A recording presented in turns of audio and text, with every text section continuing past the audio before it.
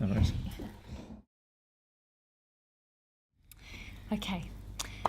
All right. The next topic is also fairly meaty. As they all are, As generally. they all have a lot of. We have what we believe are good reasons for not being humble. Yes, usually. yeah. Absolutely, and I can feel the resistance even as you're answering some of the questions. It brings up things in me, and I think, oh yes, there's my resistance to humility right there. Yeah. All right. Well, the next one I wanted to talk to you about was. It's a group of things, really. It's about seeking power, seeking position, glory, respect, or value. And it seems to me that many of us are taught by society or our families that we should seek at least one of those things, if not all of them. Yeah, I think the problem is deeper than that, though, babe. I feel that the problem really comes from most of those things not being present in our life, particularly during our childhood. So example, when we're children, we're often taught that because the parent is bigger than us, they have power over us. And because the parent generally does not respect the free will of the child, the parent wants the child to do its will, the parent's will. Sure. And so the child feels a feeling of powerlessness. In addition, the parent themselves in that state is already in a state of powerlessness themselves, and that emotion has also entered the child. So the child's got two problems. It's got firstly the emotion that the parent has, that it's powerless, and that emotion that the parent has probably came from its parents and the environment that it grew up in. And then in addition to that, the parent takes power over the child, which further exacerbates this particular problem inside of them emotionally. And so the child is feeling powerless. And a child who's feeling powerless will seek power elsewhere. So if they're powerless with a parent, they will seek power elsewhere. If they did not have respect of the parent, they will seek respect elsewhere. And if they did not have the feeling of worth from the parent, they will seek worth elsewhere. If the parent was jealous of them, they will seek positive emotions elsewhere.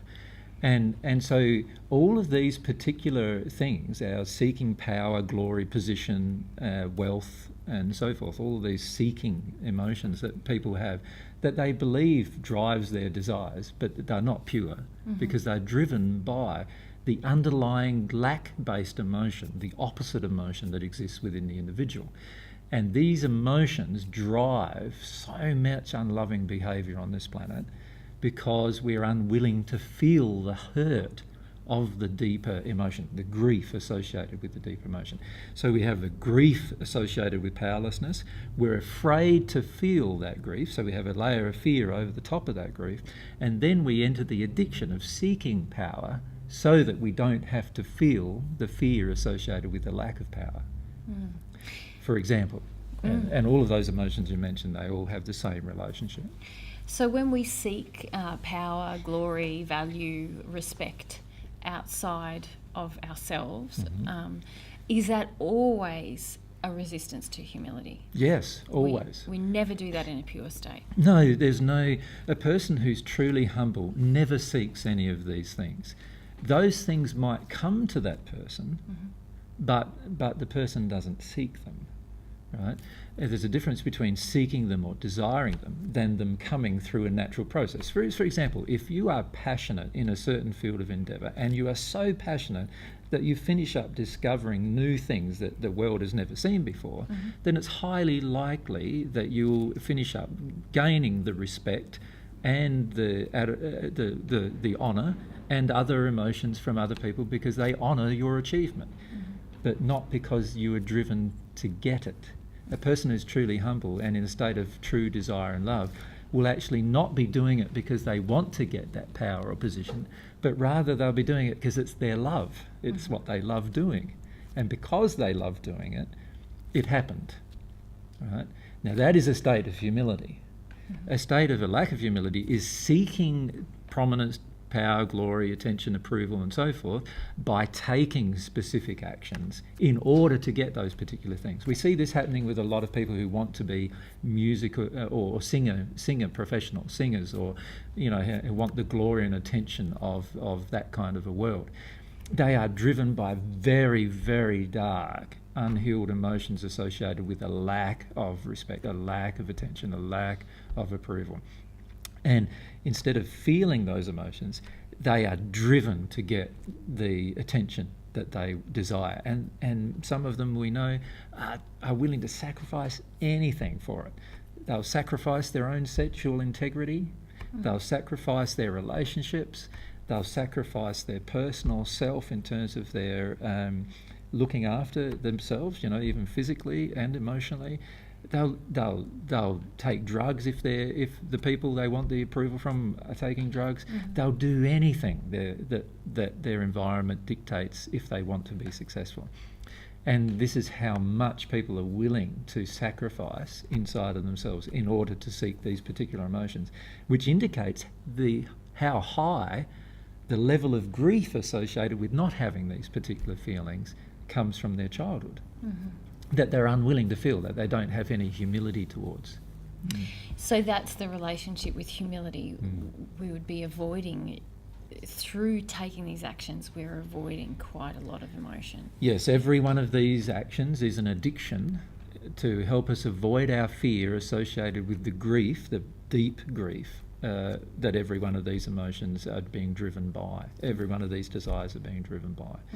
And it's our desire to not feel powerless that causes us to seek the power. It's our desire to not feel the lack of glory or honour in our life that occurred in our childhood, most probably, that causes us now to seek glory and honour.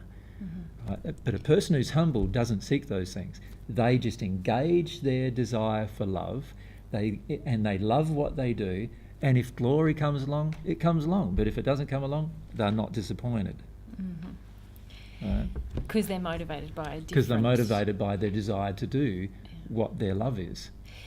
So it occurs to me that we might see two people leading seemingly very similar lives in terms of the respect they have, or the power, or the value they have in people's eyes, and yet they could be driven by... One could be in a very humble state, and another in a complete state of addiction and a lack of humility. Yes, you see this a lot in the music industry, where sometimes you meet very humble people who just love their music. They love just producing it. They love creating it. They just enjoy playing it. They'll, even if they're not getting paid, they still play it. And they just love doing it, and that's the way it is. And they're often very humble people.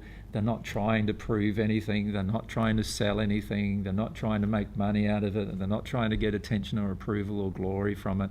And they're just such a beautiful people to be around while they're playing their music. They're not into drugs, and they're not into some kind of support of their profession in terms of getting spirit help through some kind of addiction. And these are rare people, but when you do see them, you can feel that they are in that place. Then you often meet others who maybe have the same amount of glory, the same amount of attention, the same amount of approval, but they are driven totally by the lust for those particular things. And it's a terrible thing to be with those kind of persons generally. Well, you say that it's a terrible thing to be with those kind of persons, but they are receiving a lot of attention from people. So why do we see this phenomena when someone who's very humble might gain success, and someone who's completely has a lack of humility might also gain success? What is the phenomena that's occurring there? Well, the person who lacks humility, who gains success, is gaining success through the unhealed addictions of the people who support their success. So, many of the people who support the person who wants glory, for example, are looking for glory themselves, and they want to honour a person in that regard. So they want glory themselves. They realise they can't do it. So what they do is they attach themselves to somebody who they personally feel associated with that will do it. And then they honour that person and give that person funds, and they give that person their attention and time and honour them in order to avoid their own emotions about what they're doing. And And this is a very common thing, as you know. Yeah. In addition, the person who's in, say, the music industry, who's in that second phase, will often have a lot of emotions, quite dark emotions, anger, rage, grief, and all those kind of emotions, which they express through their music. And these kind of emotions attract the same kind of people with the same kind of emotions to listen to their particular music. And often the people who are supporting the musician feel, they must know me because that's exactly how I feel, and so they have all these emotional longings towards the individual, which creates a desire, which feeds the addiction for power or glory or attention or approval in the person. So that's very different to the humble person, because the humble person is not worried about any of those things. Mm-hmm. The humble person is not creating his music so that everybody can listen to it. He's creating his music because he loves creating his music. Mm-hmm. And he's not doing it because of the desire or attention or approval he gets. He likes the fact that people want to listen to his music, but he doesn't view that as a sense of his own worth. In other words, he has worth even if nobody listens to his music. Mm. And the people who listen to his music generally are a lot more wider audience generally. They have, instead of having specific emotional addictions, they have a wide variety of emotional addictions, but they're not all honed in one or two or three places. So they're not necessarily having their emotional addiction satisfied through their association with this singer, for With example. the singer. They might have their emotional addiction satisfied through the music he creates, but not through the singer himself, not through some kind of personal, strange relationship with the individual that they don't even know, as they would in the second case with the person who lacks humility. Yeah, sure. So then for this person who's not humble, who's seeking to avoid a lot of things through getting glory and attention, what effects can it have on the people that they are interacting with? You mentioned that there can be this addictive relationship form, but say with children or other people in their environment, what kind of things does it create? Well, generally the people who are seeking these kind of emotions are very narcissistic. They have a very self-absorbed life and lead a very self-absorbed life. So if they have children, for example, the children will feel very neglected and not very honoured, and often the children will grow up with exactly the same emotion, of course, that the parent now has been seeking all of its life. And the sad thing about it is that these kind of people generally can't hold relationships well, they can't hold friendships well. Everything in their life aside from the glory or attention or approval they get is pretty much a mess. And this is why many people who have very public lives have very messy private lives, because there are a whole heap of addictions supporting their public life that they don't get met in private. And so oftentimes there's a lot of unhappiness in their life, which then causes them to seek even these things even more, and eventually they finish up, oftentimes when they pass, by the time they've passed, they feel very alone, because the reality is very few people can support them, emotionally support them throughout their life. It's very hard for a narcissistic person to continue getting friends, more new friends, and chewing up friends, like they're going out of fashion, without sooner or later ending up with very, very few friends as a result. Or people who are just friends because of some addiction that is met. Yeah, sure. You mentioned earlier about the example of the narcissistic singer, and you were saying those kinds of people are quite unpleasant to be around. And it occurred to me that that's because you don't want to enter an addictive relationship with them. So you feel it as a demand or an oppressive feeling to be around Whereas them. their fans would love to be around them. Yes. Because of there would be a codependent addiction that gets met inside of the fans, by having some kind of association with that person. And so their fans would actually feel very different to what I feel about being with the same person. And that led me to think about a child of that sort of a person. They obviously don't enter the world seeking an addictive relationship, so they must also feel quite similar. They will feel very similar. The child will find it very difficult to have a relationship with that person. Yeah, very difficult to have a fulfilling relationship. And I imagine feel quite oppressed. Feel oppressed, also neglected, unloved, unwanted, uncared for. Yes, many, many different emotions. And this is why many of the children of people who have been wealthy, powerful, or popular have a lot of deep grief to go through before they can become stable emotionally. Yeah. Yeah.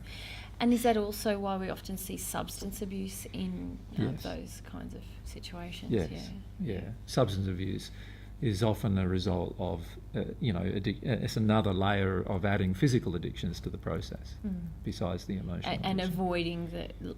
avoiding the oppression of the parent or the situation. Trying to avoid the oppression of the parent, so you want something that helps you avoid the emotion of how unloved you feel, how unwanted you feel, how pushed around and powerless you feel in the relationship. Yeah. Okay. So it sounds like in this set of resistances to humility that we only give of ourselves under very specific conditions. If I was a person in that state, is that true? Yes, a person who's seeking power, glory, attention, position, approval is only ever going to give in a situation where they'll get those particular things. So in other words, it's a bartering system, an emotional bartering system that they enter with every single individual. And if you're not prepared to enter the barter with them, you'll never be their friend. That's the reality. They cannot love you, and they do not love anybody, actually. They only love the feeling of power, position, glory, attention, approval. That's what they love. So similar to how a person who's living in fear is made fear their God, then a person who's living in these things has made these things, glory, attention, approval, their God. Yes. And they'll do anything to get that glory, attention, approval. It's impossible to have a relationship with integrity with such a person, because they will always sacrifice the relationship for some kind of attention, approval or power. And so it's impossible to have a fulfilling long-term relationship with the individual unless you're totally willing to do exactly what their addiction demands. Yeah. So if I had this set of injuries, what would I need to do in order to reach a state of humility? Well, they have very difficult injuries to release again to get to a state of humility, because the addiction is usually firmly in place by the time the person's become an adult with these particular problems.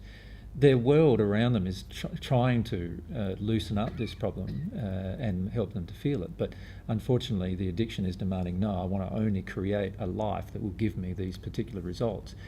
And so it requires a lot of sincerity on the part of a person who's living this kind of a life to actually break down through this layer of fear, through the addiction, and into the layer of fear that they have about feeling the underlying grief, the fear about feeling the grief of powerlessness, the fear about feeling the grief of being unwanted, the fear about feeling the grief that nobody notices me. These kind of powerful grief from our childhood. Of course, there are also positions of untruth, in the sense that the irony of life is that when we feel a sense of internal worth, we won't seek the worth externally. When we feel a sense of internal power, we won't seek the power externally. When we feel a sense of internal glory, where we honour ourselves, we won't seek honour and glory externally.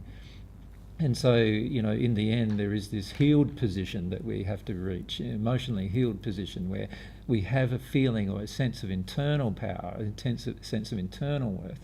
And these particular feelings only come when we release the opposite, when we release the opposite feeling that created this driving desire for these particular emotions to be fulfilled. So it's really acknowledging a lot of truth from what you're saying. We need to at least open up to the fact that there's a different truth about what's... Yeah, and unfortunately, most people who are in such a condition don't open up to the truth until they've created a life that's been quite damaged. And then they come to recognise some of the truth about how they created this damaged life. And they then have some kind of self-reflection. They have some kind of therapy or some kind of psychological help which helps them see the reason why they had such a desire for glory, for example, and the sacrifices that they were willing to make of their own self and others to reach this pinnacle of glory. And then once they start seeing that, they start seeing the emotion as a drug, rather than just seeing the emotion as something that's good to have. So they start seeing the emotion as a problem that has caused the majority of their underlying problems that have been caused through this addiction. And then they start working their way through it emotionally.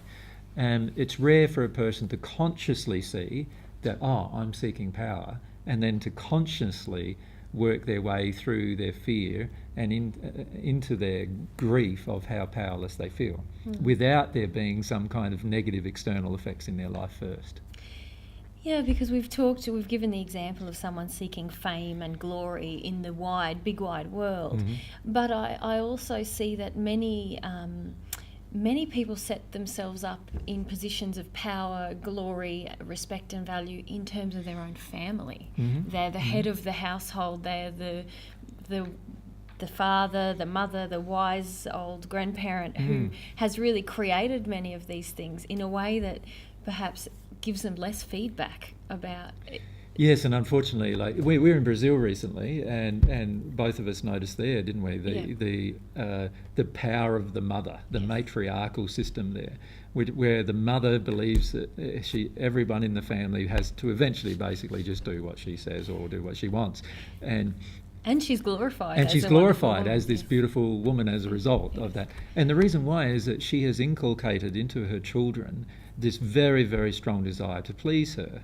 And so now nobody in her immediate environment confronts the desire generally, because they all know that if they confront the desire, mum's going to be an angry ogre who might finish up excommunicating them from the family if they're not careful. And so they always get themselves back into line. Now, such a person has no consciousness or awareness of how much what they are seeking through those addictive relationships. And they, like I said, they need to come to some personal awareness that such behaviour is unloving and uncalled for, actually, in a family. And then they need to go through this process of opening or becoming more aware that these emotions are driving them, and what the underlying reason for the emotions driving them are. Now, of course, for a person to do that, they've already got to be fairly humble before they can actually go and do something like that. They have to have some degree of humility to look at themselves.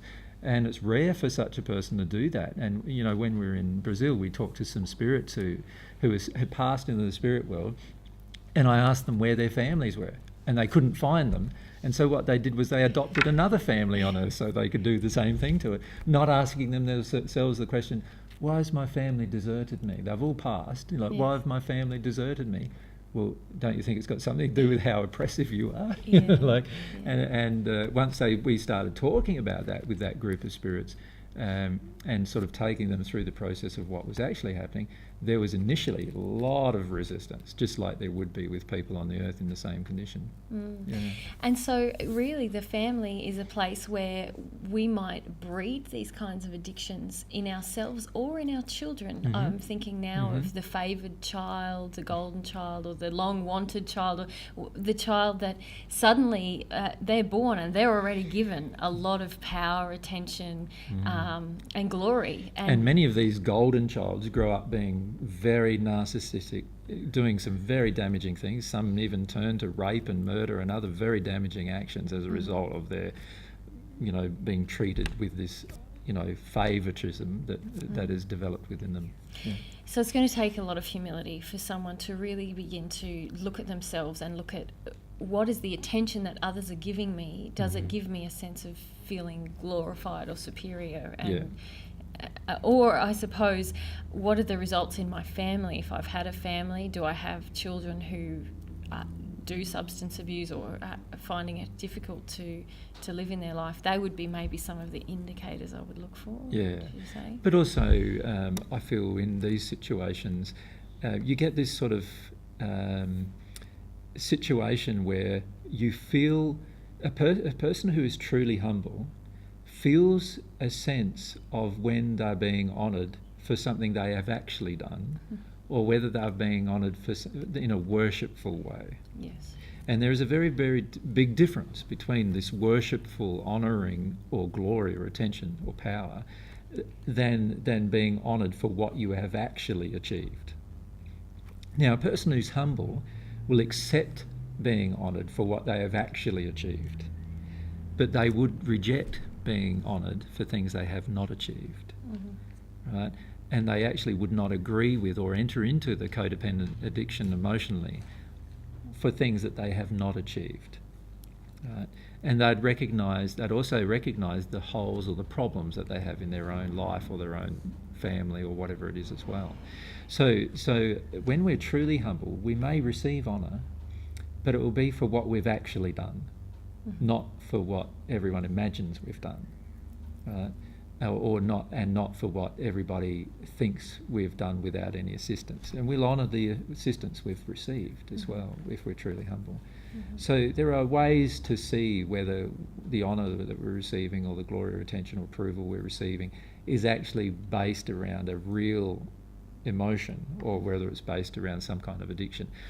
When we become truly sensitive and humble, we'll actually feel the dishonourable addiction as a very sleazy feeling that we're being drawn from or taken from in the interaction, and we will find it very difficult to engage. Okay, great. Let's move on